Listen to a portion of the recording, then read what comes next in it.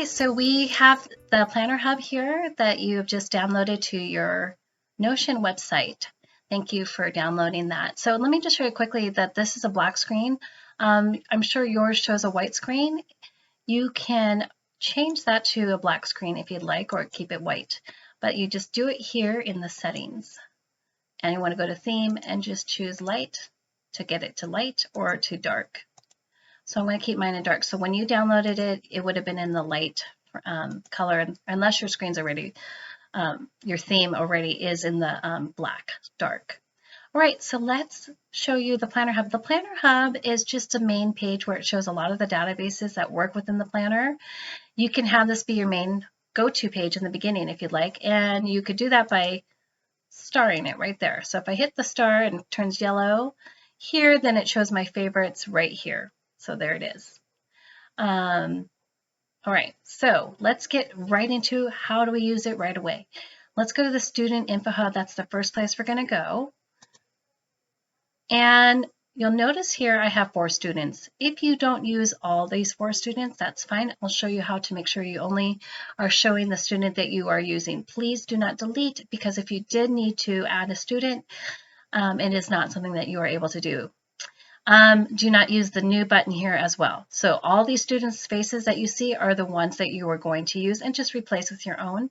And like I said, if you're not using any of them, I'll show you how to make sure they don't show up on your plan. All right, so let's start with student 1. I'm going to be doing 2 students, one to show one in high school and one not in high school. This student will be not in high school. She'll be a 7th grader. So you just highlight the student name, so student, and replace it with their name. So I'm just going to call this person Scout Finch. And you can change this little camera icon. If you click on it, it shows you emojis, different things that you could choose, or you can upload your own. So that's up to you. I tend to actually upload my own based on what my child likes, but they never see this, and it's only for you. So it's up to you how much you want to really be customizing this. This here too, you can change this, or you could just remove it as well. So any of these pictures, you can make sure they stay on or not. It's all up to you. Okay, get out of there. All right. Since this person is not in high school, we want to make sure that we don't need any of this. Coming down here, it's a current student. We're just filling in basic information. Here is a student photo. Obviously, this is not my student. I would just replace it, but I'm going to keep this here. And if I want to replace it, instead of clicking on her face, you click here and to the side, and then you click these dots here to the right, and you can delete it, and then upload your own. So it'll allow you, once you click in that spot, to upload. Okay, let's get out of here really quick. Now we're going to fill in the student portal with the name. So the student portal is the place where your student will actually see. This is their page, but I'm just going to put their first name only. They don't need to have their last name. And so everything else we're going to leave the same. Notice that the picture is there again. So we're just going to leave that for now. Get out of there. Okay, so we have the picture there. You're wondering why it's so small here. The reason why we have these little small pictures here is because it's the picture that shows up here in the front. So if you were to delete it or leave it blank, it won't show up here. All right, so I'm going to go back. All right, since we figured that out, now we're going to select the grade level. This was from a previous time that I was trying to do a video recording. I apologize. I didn't get this blanked out, but when you see it, there will be no grades mentioned. So we're in student Scout Finch. We see her here. We also see her here too, but we are in the school year 26-27. So I'm going to put her grade level for this year as 7th grade. All right.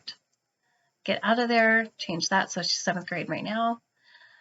You can change the picture here. This picture does nothing other than it's just there for you. You can choose to keep it or not keep it. You can just click that and delete it.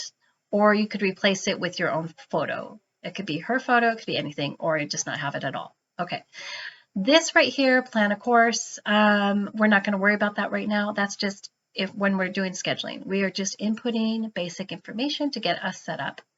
Let's go, and we're going to add one more student. So we're going to add our second student, student number 2. I like to just do it in order.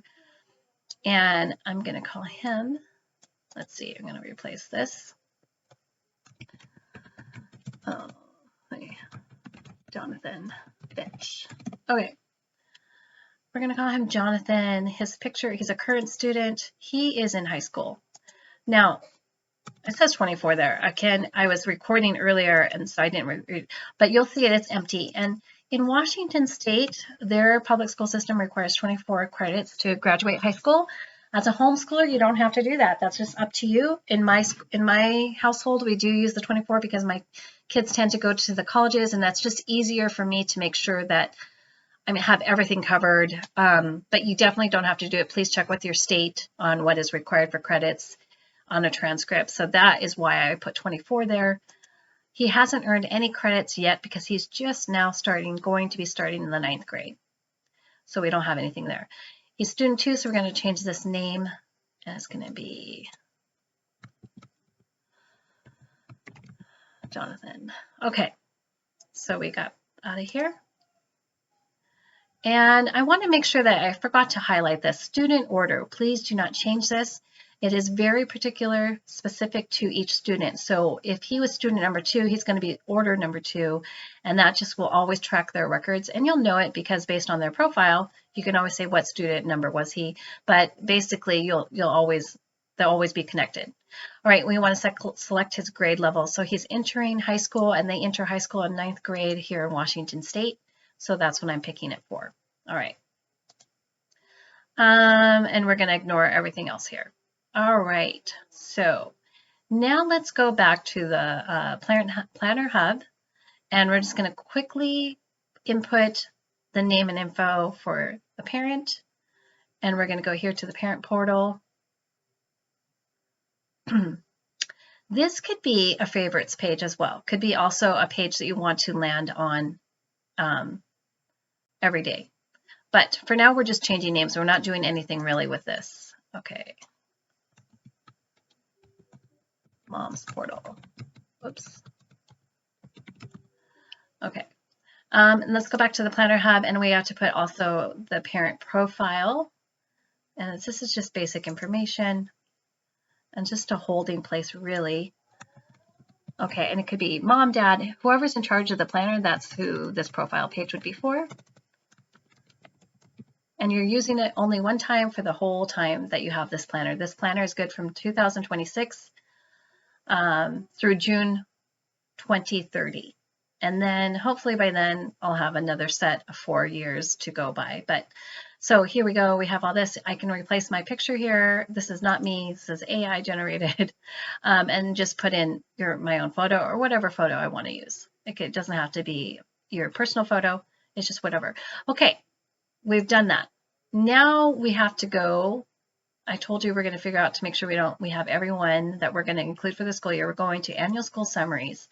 The annual school summary page is basically it's like a summary page of all what you've done through the year in one page.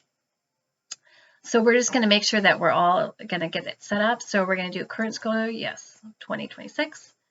Number of students I have is 2. And now these are the students that we show up, but we want to make sure these don't show up.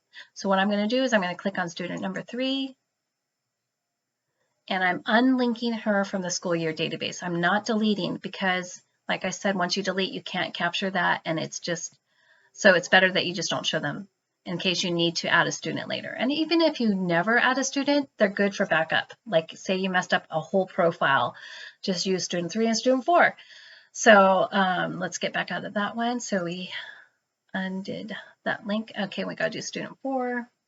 So basically they're not showing up anymore because I'm filtering them by school years. So that school year now takes them out of the 2026 school year.